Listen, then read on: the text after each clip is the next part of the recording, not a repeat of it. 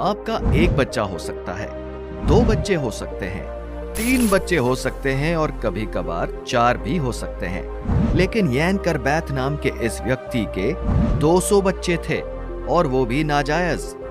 जी हाँ दोस्तों, वीडियो को पूरा देखना दोस्तों, और शुरू करने से पहले द हाउस ऑफ फैक्ट्स को सब्सक्राइब करना मत भूलना।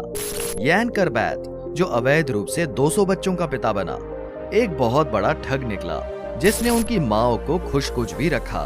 वास्तव में उनमें से काफी लोगों को अभी भी नहीं पता है कि करबैथ बहुत बड़ा ठग था। करबैथ ने उन्हें उम्मीद दी और उनके सपनों को साकार किया। जब 2017 में उनकी मृत्यु हुई तो कुछ लोगों ने ये ठग समझ तो लिया, फिर भी डॉक्टर करबैथ एक अनोखा कीर्तिमान स्थापित करने में सफल रहे। जी हाँ दोस्तों, करबैथ एक डॉक्टर थे और वो भी एक रेप्यूटेबल फर्टिलिटी डॉक्टर थे। इनके ठग के बारे में किसी को पता ही नहीं था। उनका यूनिक रिकॉर्ड था। रिकॉर्ड ये था, उनके 200 से भी अधिक जीवित बच्चे हो सकते हैं।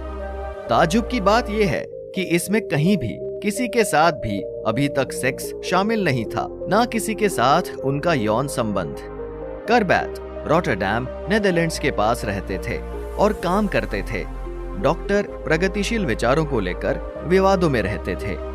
डॉक्टर करबैथ नेदरलैंड में समान लिंग वाले जोड़ों और अकेली महिलाओं के साथ काम करने के लिए हमेशा तैयार रहते थे, और नेदरलैंड्स जैसे प्रोग्रेसिव देश में ये काफी आश्चर्यजनक बात लगी लोगों को। करबैथ आर्टिफिशियल इंसेमिनेशन में अव्वल थे। उनके इस एक्सपर्टीज की वजह से इन पर कोई सवाल भी नहीं उठा सकता था। उन दिनों आईवीएफ की अनुमति नेदरलैंड्स में काफी ज्यादा नहीं थी। प्रक्रियाएं अक्सर बैकरूम में होती थी। बाझपन के मुद्दों के लिए मदद मांगना शर्मनाक माना जाता था। तो इसमें कोई आश्चर्य की बात नहीं थी कि कई महिलाओं ने इलाज के बारे में कभी बताया ही नहीं।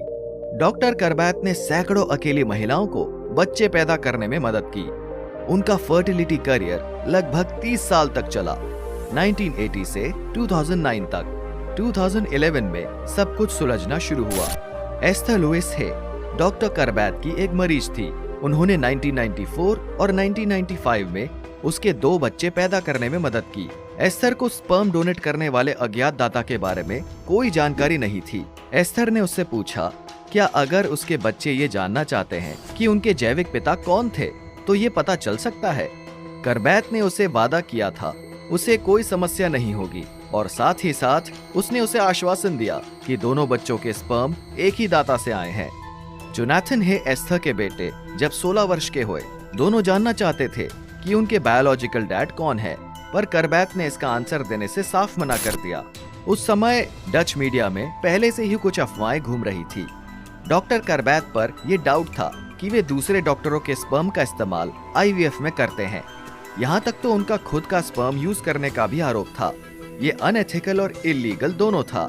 बहुत सारी औरतें कोर्ट गई, लेकिन डॉक्टर करबैथ को कोई फर्क नहीं पड़ा। 2017 में 79 वर्ष की आयु में उनकी शांतिपूर्वक मृत्यु हो गई। उस वर्ष अदालतों ने 22 परिवारों को उनके डीएनए परीक्षण का परमिशन दिया। उनके निजी सामान से सैंपल्स लिए गए, लेकिन जेनेटिक प्रोफाइल को सील कर दिया गया। उनके क्लिनिक में पैदा हुए 19 बच्चों के साथ सैंपल्स मैच हुआ। इस वजह से अदालत टेस्टिंग के लिए डीएनए प्रोफाइल को खोलने पर मजबूर हुए। 2019 तक डीएनए परीक्षण के माध्यम से 49 करबैथ के बच्चों की पहचान की गई। 2021 तक ये संख्या बढ़कर 90 हो गई थी। कुछ का अनुमान है कि ये संख्या 200 भी हो सकती है। करबैथ ने हमेशा अपने मरीज के पति के स्पर्म को अपने स्पर्म से बदल दिया करते थे। एक निश्चित उत्तर इसका कभी मिल ही नहीं सका है। कुछ बच्चों को कभी सूचित नहीं किया गया कि वे स्पर्म डोनर के माध्यम से पैदा हुए हैं। कोई नहीं जानता कि डॉक्टर करबैथ ऐसा आखिर करते क्यों थे, लेकिन उनके कई बच्चे अब इसे एडजस्ट कर रहे हैं। जॉनथन है का कहना है कि वो स्पर्म डोनर बनना चाहता है। उनके करबैथ भाई जॉय हॉफमैन ने इसके विपरीत चुना है। वो निसंतान रहना चाहता है। बच्चों की माताओं को ये सब अभी भी ट्रॉमेटाइजिंग और डिस्गस्टिंग लगता है। डॉक्टर करबैथ के एक पूर्व रोगी का कहना है, इसके बारे में सोचना ही मुझे गंदा लगता है।